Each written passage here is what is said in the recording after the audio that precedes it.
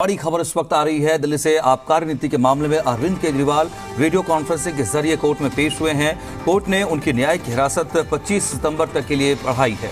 आपको बता दें कि सीएम केजरीवाल के अलावा इस मामले में बाकी आरोपी दुर्गेश पाठक, अमित अरोड़ा, आशीष माथुर, पी शरद रेड्डी, विनोद चौहान भी कोर्ट में पेश हुए।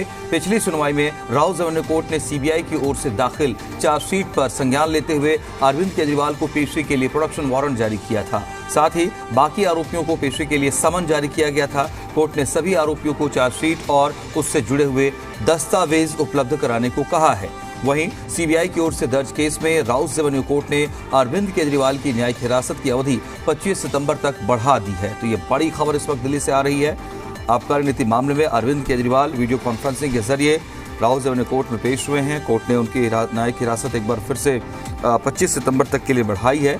दरअसल इस मामले में कई और लोगों को भी नोटिस जारी किया गया था और वो सभी कोर्ट में पेश हुए हैं। आपको बता दें कि सीएम केजरीवाल के अलावा इस केस में आरोपी दुर्गेश पाठक, अमित अरोड़ा, आशीष माथुर, पी शरद रेड्डी, विनोद चौहान भी कोर्ट में पेश हुए हैं, क्योंकि इन्हें भी कोर्ट में पिछली सुनवाई के दौरान दरअसल जब सीबीआई की ओर से चार्जशीट दाखिल की गई थी तो उस चार्जशीट का संज्ञान लेते हुए समन जारी किया था इन आरोपियों को, जबकि सीएम केजरीवाल के लिए प्रोडक्शन वारंट जारी किया गया था और सभी आज कोर्ट में पेश हुए हैं। वीडियो कॉन्फ्रेंसिंग के जरिए अरविंद केजरीवाल को पेश किया गया है। आपको बता दें कि सीबीआई की ओर से आज की जो सुनवाई हुई है उस मामले में जो सीबीआई ने केस दर्ज किया है उस राउज एवेन्यू कोर्ट ने अरविंद केजरीवाल की न्यायिक हिरासत की अवधि बढ़ाई है और उसके चार्जशीट और केस से संबंधित दस्तावेज भी और चार्जशीट से संबंधित दस्तावेज भी उपलब्ध कराने को कहा है सभी आरोपियों को। तो बड़ी खबर यह, आबकारी नीति मामले में अरविंद केजरीवाल वीडियो कॉन्फ्रेंसिंग के जरिए कोर्ट में पेश हुए हैं।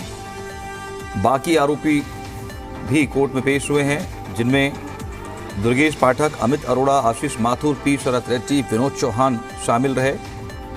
पिछली सुनवाई में राउज एवेन्यू कोर्ट ने सीबीआई की ओर से दाखिल चार्जशीट पर संज्ञान लेते हुए अरविंद केजरीवाल को पेशी के लिए प्रोडक्शन वारंट जारी किया था। बाकी आरोपियों के लिए समन जारी किया था और कोर्ट ने सभी आरोपियों को चार्जशीट और उससे जुड़े दस्तावेज उपलब्ध कराने को कहा है।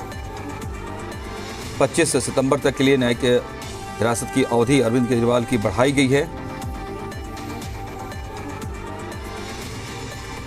तो कुल मिलाकर के इस आबकारी नीति के मामले में जो सीबीआई की तरफ से चार्जशीट दाखिल की गई है उसके बाद से ये केस अब फिर से आगे बढ़ता नजर आ रहा है, क्योंकि इसी मामले में आज पेशी हुई थी तो यहाँ कोर्ट की तरफ से ये निर्देश दिया गया है कि सभी जो आरोपी हैं इस केस में उन सभी को चार्जशीट और उनसे जुड़े दस्तावेज मुहैया कराई जाए, क्योंकि नियमतः वो अपना पक्ष भी इस चार्जशीट के हिसाब से रखेंगे और ये सुनवाई फिर आगे बढ़ेगी।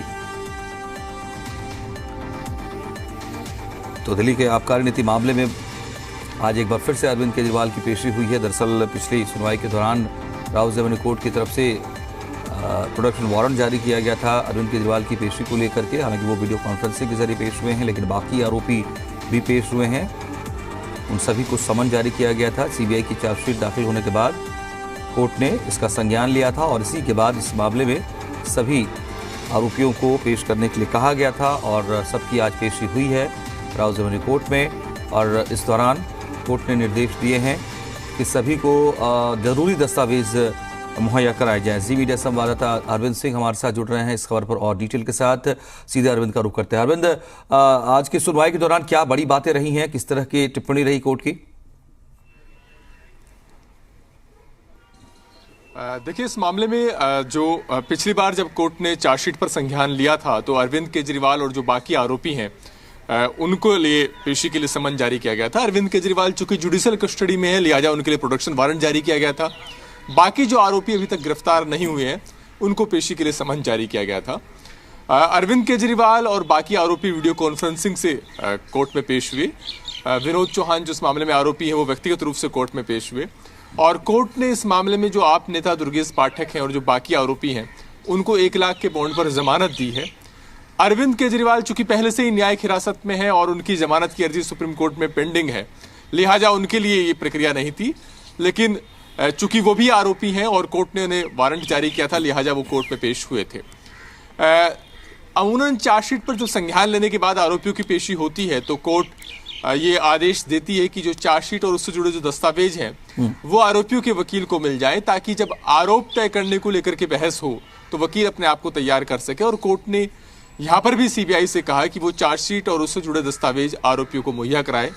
सीबीआई की तरफ से कहा गया कि जो चार्जशीट की सॉफ्ट कॉपी है वो आज ही आरोपियों को दे दी जाएगी, लेकिन हार्ड कॉपी देने में 3 से 4 दिन का वक्त लग सकता है।